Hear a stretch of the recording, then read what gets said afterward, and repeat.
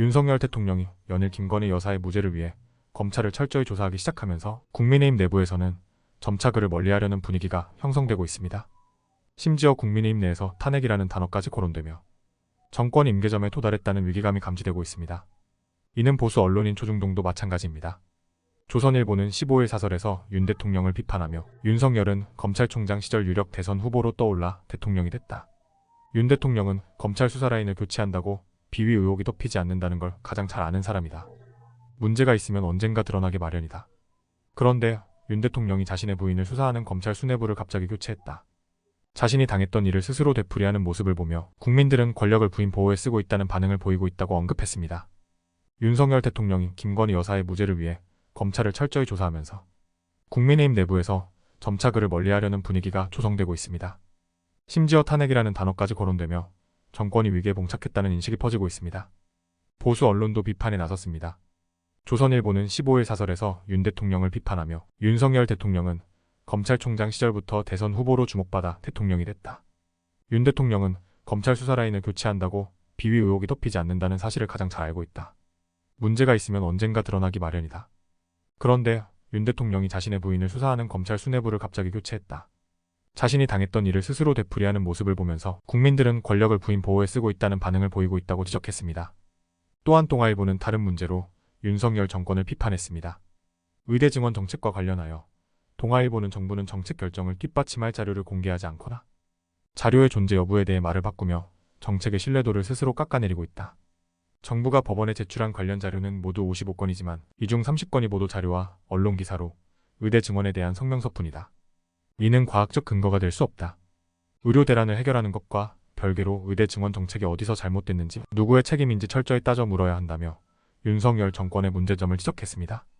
이러한 상황 속에서 여당도 크게 흔들렸습니다. 특히 홍준표 대구시장이 윤석열을 비판하며 주목을 받았습니다. 홍준표 시장은 윤석열이 김건희를 무죄로 만들기 위해 검찰을 사유하고 인사를 갈아치우는 것을 보며 내 여자 지키는 상남자라는 식으로 비판했다고 말하며 윤 대통령에 대한 실망감을 드러냈습니다. 윤석열 대통령이 김건희 여사의 무죄를 위해 검찰을 철저히 조사하는 상황에서 국민의힘 내부에서는 점차 그를 멀리하려는 분위기가 형성되었습니다. 안철수는 16일 CBS 라디오 김현정의 뉴스쇼에 출연해 내 여자 지키겠다는 마인드가 우선이라면 그건 공직자가 아니다. 그 공직자는 그만둬야 한다고 말하며 모두가 알고 있는 문제를 다시 지적했습니다.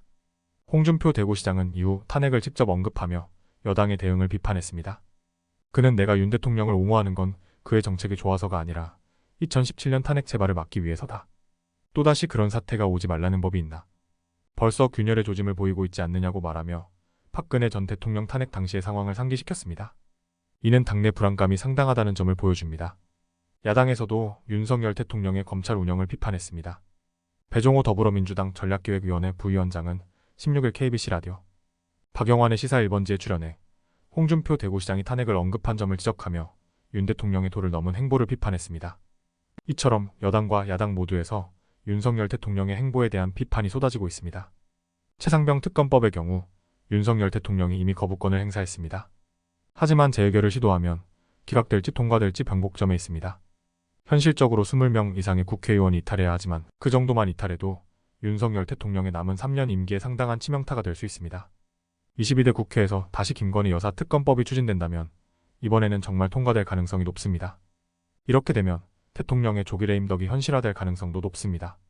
이로 인해 다음 국회가 입성함과 동시에 윤석열 정권의 수명이 더 빠르게 줄어들 것이라는 점을 확실히 지적했습니다.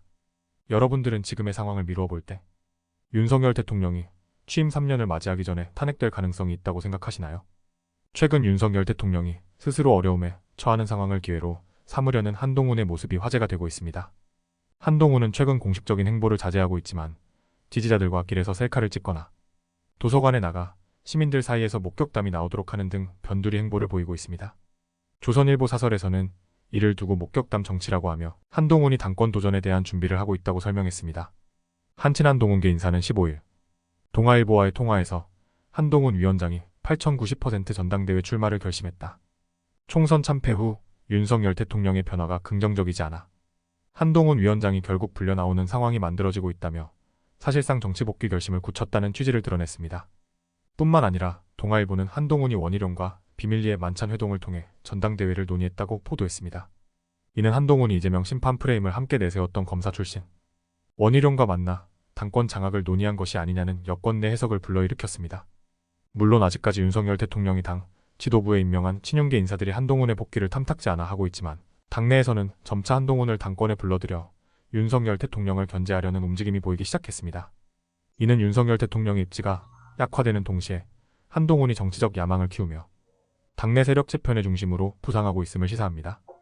배신자로 불리는 국민의힘 이상민은 한동훈을 지지하며 패배의식에 빠진 당 상황을 타개할 최적임자라고 평가했습니다. 국민의힘의 다른 인사들인 조혜진과 하태경도 한동훈을 지지하며 총선 패배에 대한 과도한 책임을 묻지 말아야 한다는 의견을 밝혔습니다. 한동훈이 이 정도의 지지를 받고 있음에도 불구하고 왜 공개적으로 나서지 않는지에 대해 정치 관계자들은 그가 윤석열 대통령을 가장 잘 알고 있기 때문이라고 설명합니다. 한동훈은 윤석열 대통령이 정권을 잡은 후 자신의 정적들을 어떻게 처리해왔는지를 잘 알고 있으며 현재 윤 대통령이 검찰을 무리하게 장악하려는 행동에서 그의 불안감을 파악하고 이를 이용하고 있다고 평가됩니다. 한동훈은 윤석열 대통령이 자신을 정적으로 삼아 처리할 명분을 찾고 있음을 알고 있습니다.